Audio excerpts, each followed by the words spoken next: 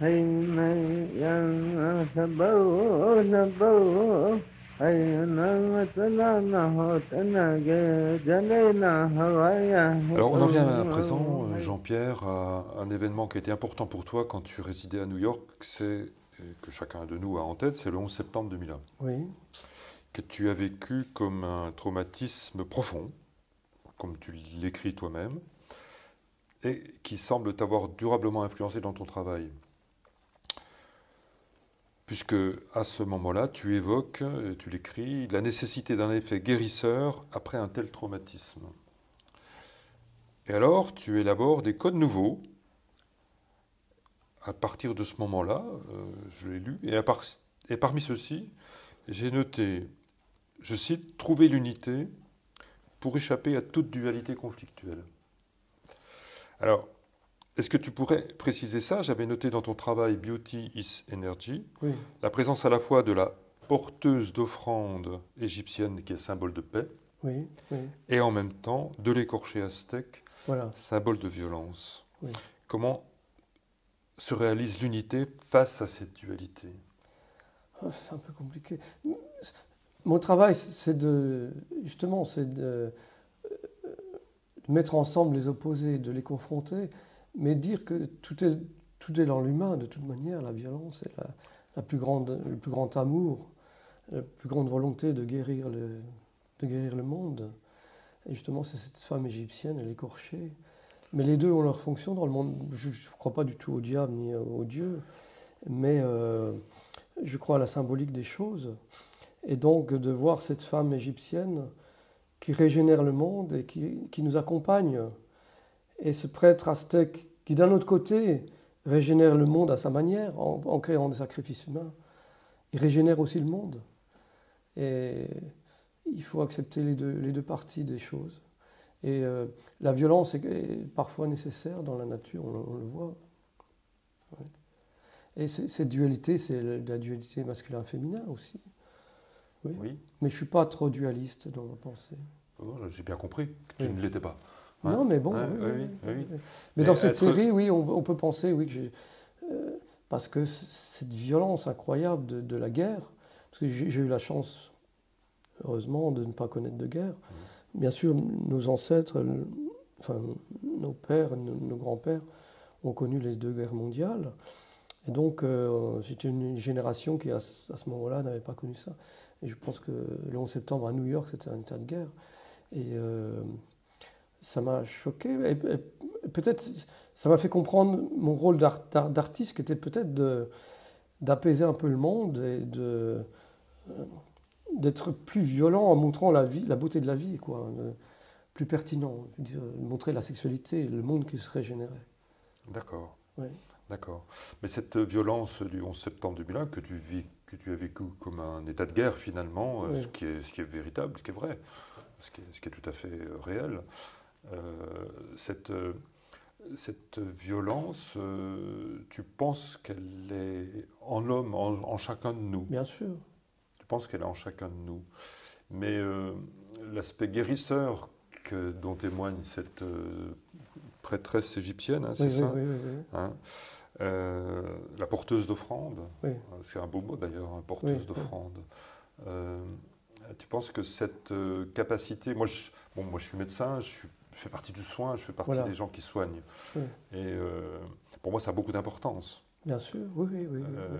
Je ne pourrais pas concevoir un soin qui soit violent. Ah oui, mais oui, c'est un choix de vie, oui, voilà, oui, oui, c'est un choix de vie. Tu comprends ce que je veux dire? Oui, oui. Est-ce qu'il faut la combattre, cette violence? Est-ce que ton travail aussi vise à la combattre ou en tout cas Non, je ne la combats à pas la parce que neutraliser? c'est compliqué, parce C'est que compliqué. les images de bondage, par exemple, on peut penser que Ah oui, c'est de on la y reviendra de violence. ça, oui, on y reviendra. Et puis, Ouais. pour moi, c'est pas de la violence, c'est d'acquérir un autre état. Donc, c'est très ambigu, C'est très problématique. ambigu. Oui. Oui, oui, oui. Ouais. Mais au cours de ma vie, j'ai toujours été attiré par les gens qui essayaient d'assouplir les choses, de faire marcher les choses ensemble. C'est pour ça que mon grand-père et mon père me manquent énormément. Et il y a des gens qui vivent dans le conflit permanent. Et ça, pour moi, c'est très très difficile à concevoir, parce que c'est un manque de politesse quelque part.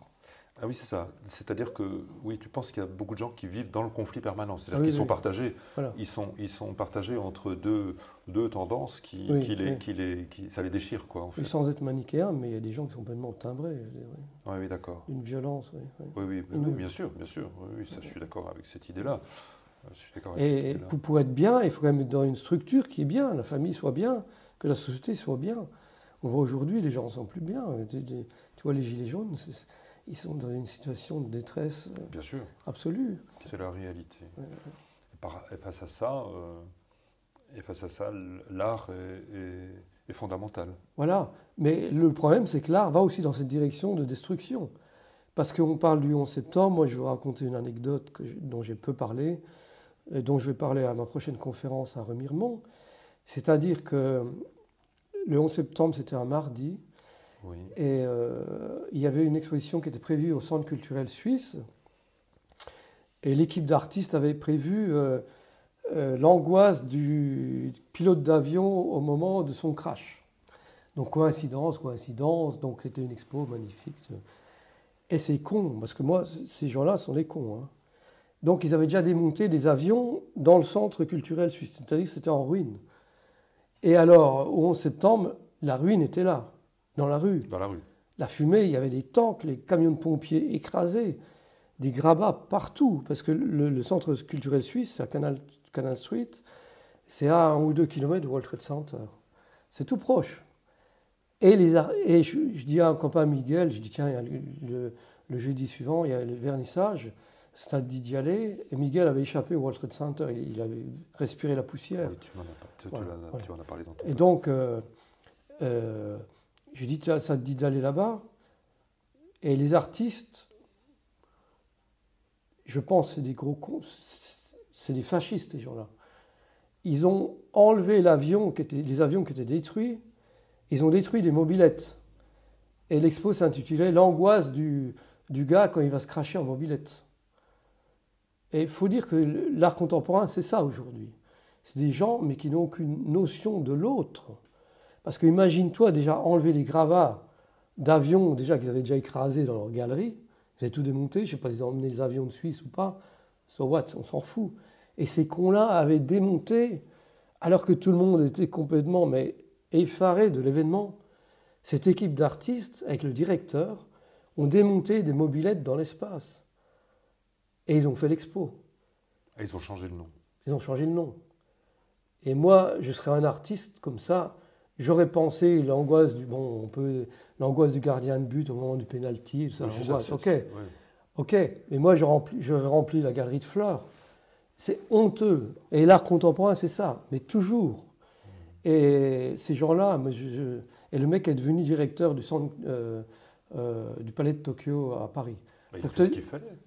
Tu comprends? Oui, j'ai bien compris. Et ça, compris. c'est dégueulasse. J'ai compris. Mais peut-être plus que l'art contemporain, c'est le politiquement correct. Ah ben non, ça, c'est pas politiquement correct, justement.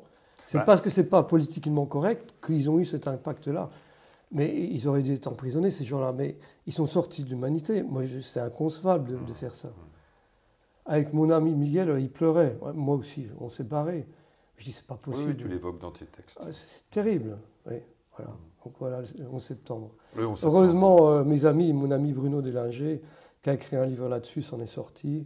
Et mon ami Mayumi, qui travaillait en resto japonais en dessous du World Trade Center, s'en est sorti également. Mais c'était vraiment un choc. Et aussi, ce qui était important, c'est toute cette solidarité. Les gens allaient apporter des bouteilles d'eau aux sauveteurs. C'était vraiment un truc, une logistique énorme pour sauver les gens qui étaient encore vivants. Pour sauver quelques personnes. Oui. Et ça a brûlé pendant 3 mois. Et quand j'ai découvert ça, je suis allé sur le toit de mon building à Queens. Il n'y avait plus rien. Avant, il y avait les tours, et maintenant, c'est de la poussière. Donc, la vie, ça va vite. Hein. Plus rien. Ouais. Ça va très vite. Ouais. Bien sûr. Hey.